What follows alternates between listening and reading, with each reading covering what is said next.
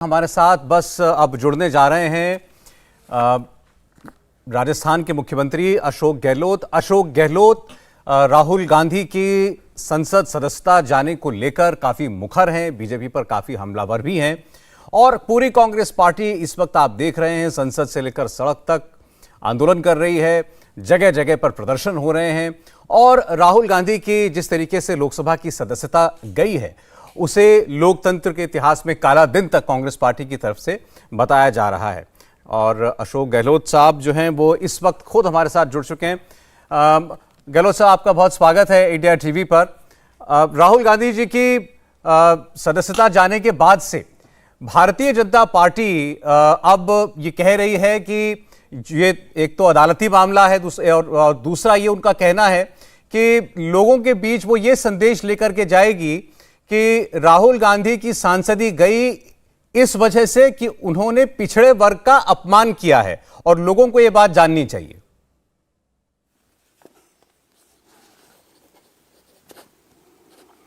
ये बिल्कुल निराधार आरोप है और इनकी पार्टी ने बहुत योजनाबद्ध तरीके से इस मुद्दे को उठाने का प्रयास किया है, असफल प्रयास किया है। राहुल गांधी जी को पूरा देश जानता है कि उनकी भावना SC, ST, OBC के प्रति क्या है, पर क्योंकि नरेंद्र मोदी जी पहले जब चुनाव में उतरे थे 2017 के अंदर, मैं भी वहाँ इंचार्ज था, राहुल जी भी वहाँ पे थे, तब भी उन्होंने कहा था कि भाई कांग्रेस वालों ने मुझे नीच कह दिया है, जबकि नीच किसी ने उनको नहीं कहा था और नीच कह ही नहीं सकते। देश के प्रधानमंत्री को नीच कौन कह सकता, बता दीजिए। उन्होंने इस प्रकार से वहाँ पे मैसेज दिया पब्लिक को चुनाव जीतने के लिए कि मुझे लेके नीच कह दिया, मैं OBC का आदमी नीच कह दिया मुझे। तो ये बहुत गलत तरीका है और राहुल गांधी सच्चे पे चलने वाला व्यक्ति है। Truth is God, God is truth, जो महात्मा गांधी ने कहा था। इस प्रकार के आरोप लगाना निराधार है। मैं खुद OBC का हूँ जी। और सबसे आश्चर्य की बात ये होनी चाहिए आप लोगों को कि मैं पूरी असेंबली में एक ही विधायक हूँ OBC के, मेरी जाति का, मेरी कास्ट का, और वो एक आदमी कौन है मालूम है? वो मैं खुद ही हूँ। तो एक आदमी खुद है और फिर भी मुख्यमंत्री बना बैठा है तीसरी बार। तो आप ऐसे व्यक्तित्व के ऊपर कैसे आरोप लगा सकते हो? सोनिया गांधी जी, राहुल गांधी ने फैसला किया मेरा मुख्यमंत्री बनने का, प्रियंका जी वहाँ बैठी हुई थी। तो इस प्रकार के आरोप लगा कि मैं समझता हूँ ये अच्छी परंपरा नहीं है कि आप पूरे देश को गुमराह करना चाहते हो। गहलोत साहब, देखिए, आप तो इतने वरिष्ठ राजनेता हैं, राजनीति तो सारा खेल मैसेजिंग का होता है। अब जैसे मणिशंकर अय्यर के मुंह से निकल गया था कि नीच व्यक्ति हैं, तो नीच शब्द तो उनकी जबान से निकला था, प्रधानमंत्री ने उसको उसी बात को दोहराया अपनी सभाओं में। ऐसे ही अदालत ने मोदी उपनाम रखने वालों का अपमान किया, राहुल गांधी ने ऐसा मान करके उनको सजा दी है। तो यही बात बीजेपी अब कह रही है लोगों के बीच में जाकर के।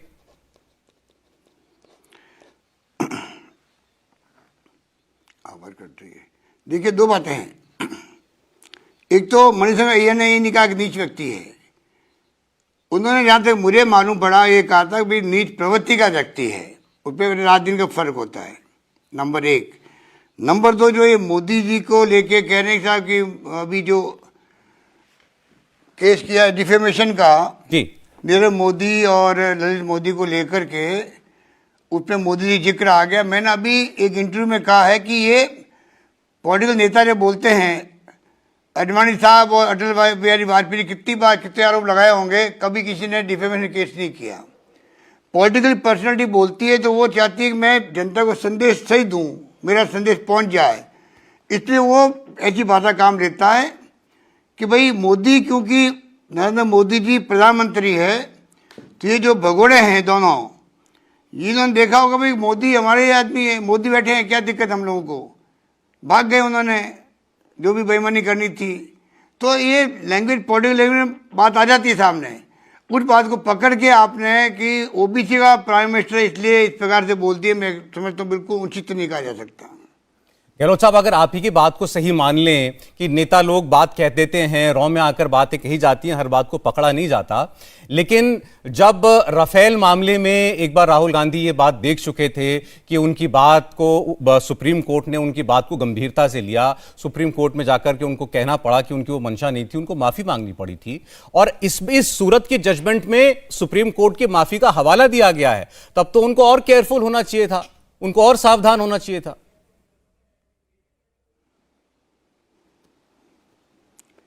ये मुझे पता नहीं कि राफेल केस वाला फैसला आने की पहले की बात है, बाद की बात है, मुझे जानकारी नहीं है इस बात की। और जहाँ तक मैं समझता हूँ कि ये कोई उनका इंटेंशन कभी नहीं रहा कि ओबीसी के प्राइम मिनिस्टर की बेइज्जती करना हो, ये हो ही नहीं सकता। जी। मैं उनकी नेचर जानता हूँ।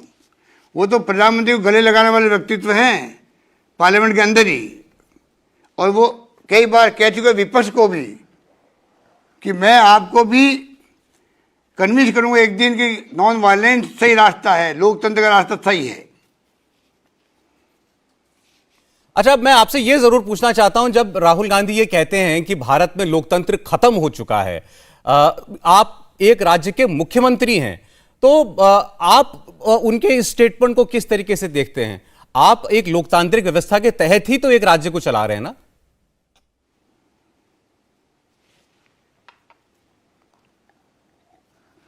देखिए, आप ठीक कह रहे हैं। मोदी जी भी प्रधानमंत्री बने हैं तो लोकतंत्र के अंतर्गत बने हैं, और ये श्रेय जाता है कांग्रेस को कि आज महात्मा गांधी के ज़माने में, जब पंडित जवाहरलाल नेहरू, सरदार पटेल, मौलाना आज़ाद के ज़माने में अम्बेडकर साहब का बना संविधान, और देश का सौभाग्य है कि कांग्रेस जैसी पार्टी ने नेतृत्व किया और 70 साल के बाद में भी यहाँ लोकतंत्र कायम रहा है। पाकिस्तान की तरफ बार बार सैनिकों का शासन और बंदूकों का राज नहीं हुआ यहाँ पर, इसीलिए प्रधानमंत्री मोदी जी बन पाए हैं। इसलिए ये कहना तो हकीकत है कि मैं चाहे मुख्यमंत्री हूँ चाहे वो प्रधानमंत्री है, ये तो लोकतांत्रिक तरीके से बनते हैं। पर जो हालात बन गए देश के अंदर, जिस प्रकार से पूरे मुल्क में जो एक आतंक का माहौल है, तनाव का माहौल है, हिंसा का माहौल है। अब देखिए, कल रामनवमी थी, बंगाल में, बिहार में, गुजरात में, महाराष्ट्र में जगह जगह पर दंगे भड़क गए। इसको हम क्या कहेंगे? आज अमृतपाल सिंह जो है पंजाब का, उसकी बोलने की हिम्मत कैसे हो गई कि जब अगर बीजेपी वाले और संघ वाले कह सकते हैं कि हम हिंदू राष्ट्र बनाएंगे, तो मैं क्यों नहीं मांग करूं कि ये हमारा खालिस्तान बनना चाहिए? ये हिम्मत क्यों हो गई? बहुत सीरियस बात है ये। केंद्र सरकार को और राज्य सरकार को इसको गंभीरता से लेना चाहिए, मेरा मानना है। जी, गहलोत साहब, ये बात आपने बिल्कुल ठीक कही कि रामनवमी के मौके पर कई राज्यों में हिंसा हुई है। अब ये तो कानून तय करेगा कि आखिर उसमें शामिल कौन कौन था। हम लोग ने आज बात की बीजेपी वालों से भी, संघ वालों से भी। उन्होंने आरोप दूसरे समुदाय के ऊपर लगाया है कि वहां से हिंसा की शुरुआत हुई। वो आरोप लगा रहे हैं ममता बनर्जी के ऊपर कि ममता बनर्जी की तुष्टीकरण की राजनीति की वजह से हिंसा होती है। पिछले वर्ष जब हिंसा हुई थी राजस्थान में, उन्होंने आपकी सरकार पर आरोप लगाया था कि आपकी सरकार की तुष्टीकरण की वजह से हिंसा हुई थी।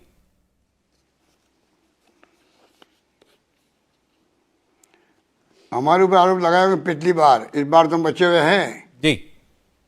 और ये हिंसा क्यों होती है कोई कहने की आवश्यकता नहीं देश के अंदर। इसीलिए राहुल गांधी की जो भारत जोड़ो यात्रा थी, तब उन्होंने महंगाई, बेरोजगारी के अलावा इस देश में प्यार से, भाईचारे से, मोहब्बत से रहना चाहिए देशवासियों को, नॉन वायलेंस होना चाहिए, हिंसा नहीं होनी चाहिए, और अमीर गरीबी खाई बढ़ती जा रही हो, रुकनी चाहिए। ये तो उनके मुद्दे थे। उनकी जो पॉपुलरिटी हुई थी भारत जोड़ो यात्रा में, उसके बाद में षड्यंत्र हुआ उनको निष्कासित करने का लोकसभा से। तो ये षड्यंत्र कैसे, गहलोत साहब? ये भी एक बहुत बड़ा सवाल है। ये अदालत का फैसला है, तो ये अदालती फैसला सरकारी षड्यंत्र से कैसे आ सकता है? मैं बताऊं आपको जी। उनका माइक म्यूट कर दो आप। उनका जो उन्होंने आरोप लगाए थे कि अडानी जी और मोदी जी के संबंध क्या है, कितनी बार साथ में यात्रा करी, कितनी बार आगे पीछे गए, जो भी लगा आरोप, उसका एक्सपेंड कर दो। हाउस अर्ज होने के बाद में हाउस के अंदर आप कहते हैं सबके सामने हम एक्सपेंड करते हैं। कई बार कहा जाता है, मीडिया समझ जाता है भाई कि ये एक्सपेंड हो गया, इसलिए हम इसको मीडिया में नहीं दे सकते हैं। पर जहाँ तक मैं समझता हूँ, उन्होंने बाद में एक्सपेंड किया। फिर आप कह दिए तो देश विरोधी बात बोल के आगे विदेश के अंदर माफ़ी मांगनी चाहिए, और माफ़ीनामे के नाम पर आपने हाउस को चलने नहीं दिया, सत्ता पक्ष ने खुद ने।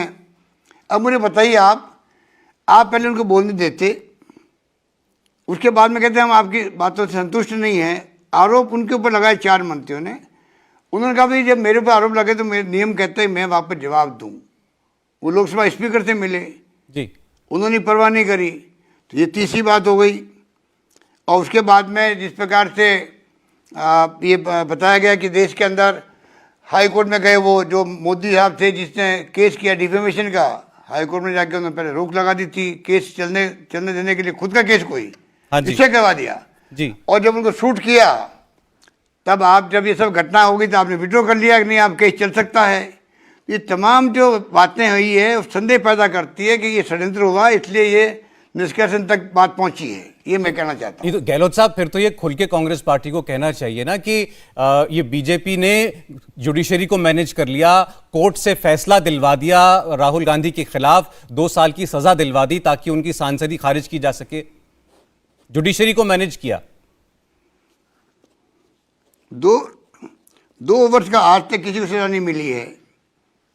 2 वर्ष की सजा आज तक ऐसे कैसे मिली, नहीं किसी को नहीं मिली है। हिंदुस्तान में पहली बार सजा मिली है 2 वर्ष की राहुल गांधी को। तो देश में देखिए, न्याय देने सब कुछ नहीं है, न्याय दिखना भी चाहिए। ये तो क्या न्याय दिखता ही है क्या? ये तो कहावत है, संविधान में लिखी हुई कहावत है ये तो। जी नहीं, तो फिर मैं आप सर, ये न्यायाधीशों से भी गलती हो सकती है, ये या तो ये कहा जाए या ये कहा जाए कि ये जो न्यायाधीश, ये सरकार ने जो चाहा वो करवा लिया न्यायालय से। दोनों में बड़ा फर्क है।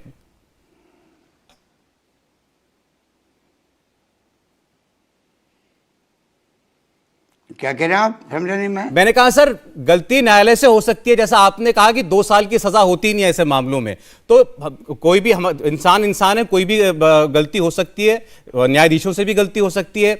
लेकिन आप लोग आरोप लगा रहे हैं साजिश का सरकार के ऊपर, राहुल गांधी की संसद की सदस्यता लेने का, तो फिर वो आरोप तो ये बनता है कि उन्होंने न्यायालय से ये वर्डिक्ट दिलवाई राहुल गांधी के खिलाफ, फिर तो ये आरोप बनता है। अब उसका इंटरप्रिटेशन आप कुछ भी लगा लीजिए, आपके ऊपर है वो। तो मेरा मानना ये है कि आप माइक म्यूट कर दो, एक्सपेंड कर दो आरोपों को, रिकॉर्ड में आए नहीं आरोप हो, फिर आप माफ़ीनामा की मांग करके हाउस को चलने दो ही नहीं आप, फिर आप हाई कोर्ट में जा रहे हैं, जो फरियादी खुद ही जा रहा है हाई कोर्ट के अंदर, रुकवा दिया केस को, फिर चलवा दिया केस को, और फिर फैसला आ गया। और जैसा मैंने कहा, न्याय दिखना भी चाहिए। तो जो तमाम परसेप्शन बना देश के अंदर वो ऐसे ही बना है कि राहुल गांधी की जो पॉपुलैरिटी सामने आई, क्योंकि पहले षड्यंत्र इन्होंने किया था राहुल गांधी की इमेज को खराब करने के लिए, सोशल मीडिया के माध्यम से, ट्रोल आर्मी के माध्यम से। अब जब सब कुछ हो गया और जैसे ही राहुल गांधी का ऑरा बना 3500 किलोमीटर की यात्रा से, और उसी दिन षड्यंत्र शुरू हो गया। इसीलिए जल्दबाजी की गई। ये भी दिखता है कि आपको 30 दिन का स्टे कर दिया, वो चाहते रुक सकते थे, 24 घंटे में आपने उनको निष्कासित भी कर दिया, 2 दिन में आपने मकान खाली करने का आदेश जारी कर दिया। तमाम सीक्वेंस बताती है कि सरकार की नीयत साफ नहीं है। हालांकि सरकार कह रही है वो सब कुछ प्रक्रियागत था, लेकिन गहलोत साहब, अब कांग्रेस पार्टी और राहुल गांधी साहब बिल्कुल जल्दबाजी में नजर नहीं आ रहे। 1 हफ्ता हो चुका है ये आदेश आए हुए, सरकार न्यायालय का आदेश आए हुए, कोई अपील में नहीं गया है कांग्रेस पार्टी की तरफ से। इस बात के कयास लगाए जा रहे हैं कि क्या कर्नाटक चुनाव को देखते हुए राहुल गांधी पूरी सिंपैथी लेना चाहते हैं लोगों की। ये पूरा देश में ये जो आप बात कह रहे हैं, ये काफ़ी दिन से चल रही है। मेरा मानना है कि एक्सपर्ट जो लीगल टीम है उनकी, वो इस काम को देख रही है, मैं नहीं देख रहा हूँ, तो मैं नहीं कह सकता, इस पर कॉमेंट नहीं कर सकता। तो इतना मैं जानता हूं कि ये जो कुछ भी हो रहा है ये सोची समझी साजिश के अंतर्गत हुआ है। अच्छा, आप साजिश कह रहे हैं, प्रधानमंत्री ने कहा साजिश तो उनके खिलाफ कांग्रेस की सरकार ने की थी, उनको जेल भेजने के लिए क्या क्या कोशिशें, क्या क्या जतन, क्या क्या जाल बुने थे यूपीए की गवर्नमेंट ने, कांग्रेस की गवर्नमेंट ने। अब मैं इसके बारे में आपको कहना चाहूँगा, अमित शाह जी ने कहा है जो आप कह रहे हैं, मुझे कहा गया कि आप नाम ले लीजिए नरेंद्र मोदी जी का, तो हम आपको छोड़ देंगे जी। मैं कहना चाहूँगा दिल्ली पुलिस को, दिल्ली पुलिस चली गई राहुल गांधी के घर पे ये कहने के लिए कि आपने श्रीनगर में क्या कहा था महिलाओं के बारे में, बताइए महिला वो कौन थी। उन्होंने कहा मैं जवाब दूंगा नोटिस का, तो फिर चलेगी पुलिस उनके घर पे। तो क्या दिल्ली पुलिस अमित शाह जी के घर जाएगी क्या नोटिस देने के लिए? बताइए आपको किस अधिकारी ने कहा? सीबीआई के अधिकारी ने, सीबीआई का अधिकारी था या कौन था वो जिसने कहा कि नरेंद्र मोदी जी का नाम लीजिए हम आपको छोड़ देंगे? बताइए, हम इंक्वायरी करेंगे उसकी। क्या जाएगी दिल्ली पुलिस उनके घर पे? सर ये दो अलग अलग विषयों लोकतंत्र में समान व्यवहार होना चाहिए सबके साथ में। गहलोत साहब, ये दो अलग अलग विषयों की आप तुलना कर रहे हैं। एक वो तो कह रहे हैं वो सीबीआई की इंक्वायरी में मुझसे कहा गया, और जो राहुल गांधी से पूछा जा रहा है वो तो सिविलियंस की बात हो रही है कि राह चलते लोगों ने उनसे कहा कि लड़कियों ने कि हमारे साथ गलत व्यवहार हुआ था, तो वो पुलिस उसके बारे में पूछने गई है। तो भाई उसको पूछने गई तो इनको क्यों नहीं पूछ रहे हैं? वो अधिकारी कौन थे? ज़्यादा ज़्यादा कानून कहता है अगर अधिकारी आएंगे तो उसके लिए परमिशन लेनी पड़ती है डिपार्टमेंट से। परमिशन ले लीजिए उसके लिए। तो बहुत सीरियस आरोप लगाया उन्होंने। इतना बड़ा आरोप लगाना कि मुझे उस वक्त में कहा पुलिस के अधिकारियों ने, सीबीआई के अधिकारियों ने, आप नरेंद्र मोदी जी मुख्यमंत्री गुजरात, उनका नाम ले लीजिए, हम आपको छोड़ देंगे। इससे बड़ा आरोप क्या हो सकता है? आपको लगता है कि गृह मंत्री को अफसरों के नाम उजागर करते हैं? गृह मंत्री को उनके नाम उजागर करने चाहिए, आप कह रहे हैं? अभी इतना बड़ा सीरियस आरोप लगा दिया उन्होंने। ठीक है, ठीक है। अच्छा, बीजेपी, अरे भाई इतना बड़ा आरोप लगाया गृह मंत्री जी ने। जी जी जी, ठीक। अच्छा, बीजेपी ये बात भी कहती है गहलोत साहब कि राहुल गांधी ने कहा कि जो यात्रा चली मेरी, हाँ जी, आप बोले मैं राहुल गांधी ने कहा 3,500 किलो की मैंने यात्रा करी, उसमें मुझे रास्ते में कई महिलाएं मिली थी जगह जगह पर, मुझे उनकी शिकायत करी था, हमारे साथ दुर्व्यवहार हुआ है, हमारे साथ शिकायत हुई है। तो राहुल गांधी जी ने कहा मैं पुलिस में रिपोर्ट तो कर रहा हूँ, कहीं साहब मत करवाइए, हमें और ज़्यादा अत्याचार होगा हमारे ऊपर। जी ठीक।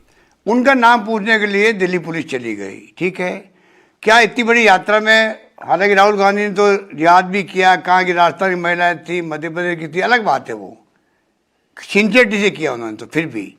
पर मुझे बताइए, इतनी बड़ी यात्रा में अगर हम पब्लिक इंटरेस्ट में बताएं कि मेरा अनुभव कहता है यात्रा के अंदर ये शिकायत आ रही है, कल कोई केंद्रीय मंत्री आएगा राजस्थान के अंदर दौरे करने के लिए, कहेगा साहब यहाँ देखिए यहाँ महिलाओं पर अत्याचार होते हैं, यहाँ पर मुझे महिलाएं मिली थी, यहाँ पर कई डकैती घटना हो गई, सरकार कोई पकड़ नहीं पाई, तो क्या यहाँ पुलिस जाएगी केंद्रीय मंत्री के घर पे? बताइए वो कहाँ का, आपको किसने क्या कहा, बताइए आप। ये कहेंगे हमारे पुलिस जाके उनको, केंद्रीय मंत्रियों को मुकदमा दर्ज करेगी उनके खिलाफ में? ये मजाक बना रखी इन लोगों ने। जी ठीक। लोकतंत्र की। जी ठीक। हालांकि इस पर गहलोत साहब, बीजेपी ये कहती है कि गांधी परिवार से जरा सी पूछताछ हो जाए, जैसे नेशनल हेराल्ड के मामले में सोनिया जी से, राहुल गांधी जी से पूछताछ हुई, कोर्ट जाना पड़ा था, उसके बाद राहुल जी से पूछताछ हुई थी, तो उनका कहना है कि उनको जाना पड़ जाता है तो हाय तौबा मचा देती है कांग्रेस पार्टी। नरेंद्र मोदी से 9 घंटे एसआईटी ने अपने दफ्तर में बुलाकर पूछताछ की थी विदाउट एनी ब्रेक। कोई हंगामा नहीं किया बीजेपी ने। गृह मंत्री को गुजरात के बाहर रहना पड़ा था, ट्रायल फेस करना पड़ा था, बीजेपी ने कोई हंगामा नहीं किया। लेकिन कांग्रेस पार्टी दिल्ली में जगह जगह धरने देगी, ईडी दफ्तर तक मार्च करेगी, जगह जगह प्रोटेस्ट करेगी। तो क्या गांधी परिवार कानून से ऊपर है? नहीं, बिल्कुल ऊपर नहीं है, आप ठीक कह रहे हो। पर आप सुनिएगा, सुप्रीम कोर्ट के आदेश से एसआईटी बनी थी। जो कुछ उस वक्त पे हुआ वो सुप्रीम कोर्ट का आदेश से हुआ था, आप किसी को दोष नहीं दे सकते। एसआईटी ने पूछताछ की हो नरेंद्र मोदी जी को, या उनको बाहर जाना पड़ा हो गुजरात से अमित शाह जी को, वो अलग मुद्दा है।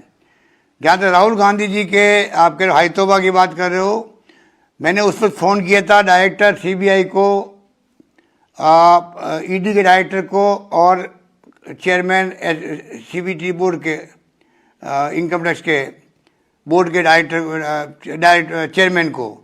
मैंने कहा भाई मैं आगे मिलना चाहता हूँ आपसे। मेरी भावना ये थी कि देश में जो कुछ भी ये प्रीमियर एजेंसी हमारी है, हमें गर्व होना चाहिए कि इतनी शानदार एजेंसी बनाई गई शुरू से ही, जो आज सीबीआई की एजेंसी है, चाहे वो सीबीडी बोर्ड है, और चाहे आपका वो ये आपका ईडी के नया बन गया। इनकी क्रेडिबिलिटी हाईएस्ट रहनी चाहिए देश के अंदर, ये मेरा मानना था। मैंने कहा मैं जाके मेरी फीलिंग बताऊंगा, देखिए आपकी क्रेडिबिलिटी बहुत नीचे जाती जा रही है, क्योंकि लगातार लगता है कि आप ऊपर के डायरेक्शन से छापे डाल रहे हो। हमारी गवर्नमेंट गिराने का जब षड्यंत्र हुआ था तो 6 लोगों के यहाँ छापा पड़ गया, यहाँ पर जयपुर के अंदर। मैं जानता हूँ कि जहाँ चुनाव होते हैं पहले ईडी पहुँचती, वहाँ पर इनकम टैक्स पहुँचती, फिर चुनाव होते हैं। तो मैं जानता था, तो मैंने कहा मैं जाके उनको बताऊँगा। फटाफट मेरे पास में अपॉइंटमेंट आ गए, फिर मालूम पड़ा कि मैं आगे ये बात कहूँगा, अपॉइंटमेंट कैंसिल हो गए साहब को, उन्होंने कहलवाया कि साहब हम खुद आगे मुख्यमंत्री जी मिल लेंगे। तो भाई आप हायतोबा की बात इसलिए कह रहे हैं, 4-5 दिन तक पूछताछ की राहुल गांधी जी से घंटों। सोनिया गांधी जी बीमार थी तभी आपने छोड़ा नहीं उनको। इस तरह की व्यक्तिगत विद्वेष और राग द्वेष से राजनीति चलती है। इस प्रकार से आरोप लगाना बड़ा आसान आरोप है। आरोप तो लगता है कांग्रेस के नेताओं ने इनको बचा लिया, नरेंद्र मोदी को और अमित शाह जी को, ये क्यों भूल जाते हैं? आरोप हमारी पार्टी में लगते हैं। हमारी पार्टी के तत्कालीन नेताओं ने आज प्रधानमंत्री तत्कालीन मुख्यमंत्री नरेंद्र मोदी जी को, और आज गृह मंत्री है, उस पर मंत्री होंगे वहां पर, उनको हमारी पार्टी नेताओं ने सहयोग किया, वो बच गए। आरोप हमारी पार्टी में लगते हैं। कैसे बच गए गहलोत साहब? किस आरोप से बच गए? बचा दिए गए। ये आरोप लगते हैं हमारी पार्टी नेताओं पर। नहीं, मतलब मैं वही जानना चाह रहा हूं, किस आरोप से बचा लिए गए? जो आरोप उस वक्त लगे थे, सीबीआई जांच कर रही थी, एसआईटी जो भी था, तो सरकार तो यूपीए गवर्नमेंट की थी। नहीं तो वो तो सुप्रीम कोर्ट मॉनिटर्ड लग रहे हैं। वो तो सुप्रीम कोर्ट मॉनिटर्ड एसआईटी थी गहलोत साहब, वो तो सुप्रीम कोर्ट मॉनिटर्ड प्रोब था। वो तो मैंने अभी आपको कहा था थोड़ी देर पहले। अब आप मुझे कह रहे हो सुप्रीम कोर्ट की बात करो, मैं ही आपको ये कहा था कि सुप्रीम कोर्ट की डायरेक्शन में एसआईटी काम कर रही थी। नहीं तो फिर उसमें आपने फिर कहा ना कि आपकी आरोप लगता है कि आपकी यानी यूपीए की सरकार ने उस वक्त नरेंद्र मोदी को और अमित शाह को बचा लिया, तो फिर सरकार का दखल कैसे होगा?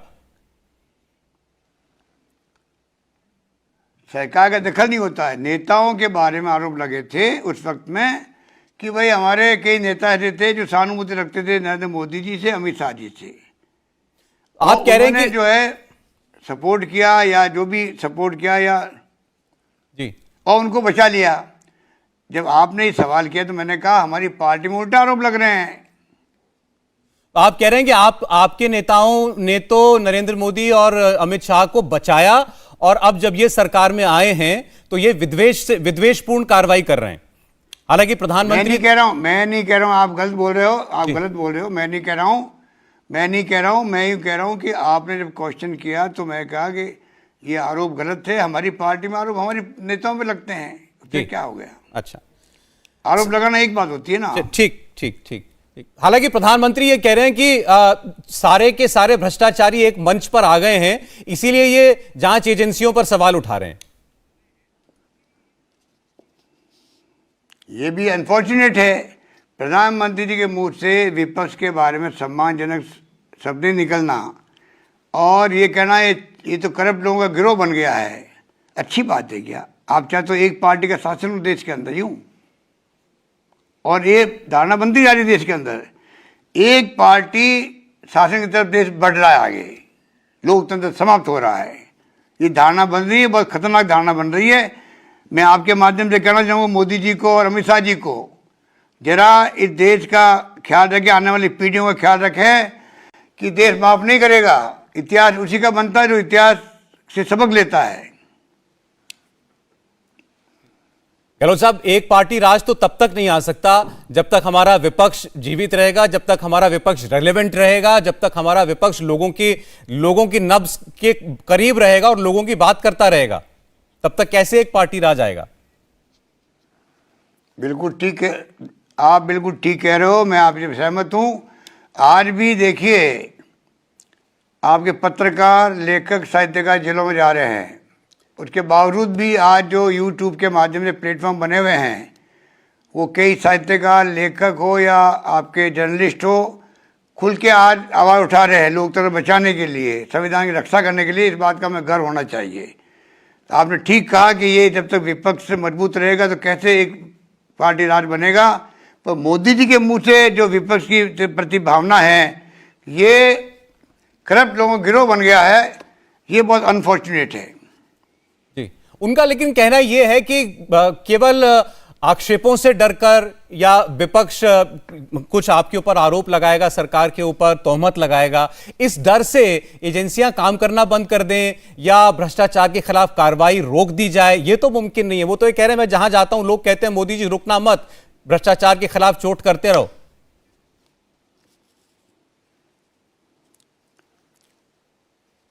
उनको को नाम बताए, वरना पुलिस उनके घर क्यों नहीं जाती है, दिल्ली पुलिस प्राइम मिनिस्टर के यहाँ पर। अगर उन्होंने कहा कि लोग कहते हैं उनको कि आप ये एजेंसी काम करती रहे, गलत काम करती रहे, बिना कोई ठोस आधार के ऊपर के आदेश से जाके छापे डालती रहे लोगों के घरों पर, ये अच्छा तरीका है क्या? आपका मीडिया डरा हुआ है, आपके मालिक लोग डरे हुए हैं, उनको ईडी, इनकम टैक्स, सीबीआई का डर लग रहा है, इसलिए तो गोदी मीडिया कहलाया वो, बदनाम होगा नहीं वो मीडिया। जी नहीं, अब ये तो नाम जब तक राहुल गांधी जिंदाबाद मीडिया नहीं बोलना शुरू करेगा तब तक तो गहलोत साहब आप यही नाम बोलते रहेंगे हमें। अरे आप, हम नहीं बोल रहे हैं तो पब्लिक बोल रही है ना। पब्लिक हम क्यों बोलेंगे? हम तो जानते हैं कि आज आप लोगों में कई लोग हिम्मत भी है, हिम्मत से चल रहे हैं कई लोग, तभी तो काम चल रहा है। जी जी जी, नहीं पब्लिक तो बहुत कुछ बोलती है गहलोत साहब।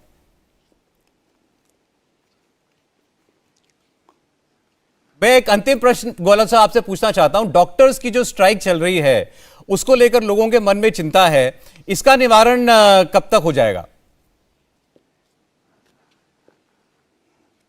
उम्मीद करते जल्दी हो जाना चाहिए, क्योंकि स्वास्थ्य का अधिकार जो कानून बना है और पब्लिक बहुत वेलकम कर रही है इसको। और मैं समझता हूं कि डॉक्टर्स जनों को भी आगे आना चाहिए सहयोग करने के लिए, क्योंकि हमने 25 लाख का बीमा कर दिया है यहाँ पर, देश में कहीं पे भी नहीं है। 10 लाख का दुर्घटना बीमा कर दिया उसके साथ में। हेल्थ में हम लोग बहुत आगे बढ़ चुके हैं, मॉडल राजस्थान बन रहा है, उसमें प्राइवेट सेक्टर का भी सहयोग हमें चाहिए। और कुछ लोगों ने गलतफहमी पैदा कर दी क्योंकि इलेक्शन ईयर है, इसलिए इलेक्शन ईयर के कारण भी कुछ लोगों ने जानबूझ के गलतफहमी पैदा करी है, डॉक्टर गणों को, डॉक्टर चिकित्सकों को भड़काया है, जो अनुचित है। हम चाहेंगे कि सबका सहयोग लेके ही हम लोग चाहेंगे कि जो स्वास्थ्य सेवाएं हमने आगे बढ़ाई है वो कामयाब हो। बहुत शुक्रिया अशोक गहलोत साहब, आपका समय देने के लिए हमें बहुत धन्यवाद। आपका शुक्रिया, बहुत शुक्रिया आपका भी। इंडिया टीवी हर वक्त हर जगह डाउनलोड करने के लिए सर्च करें India TV news Google play store या ऐप स्टोर पर।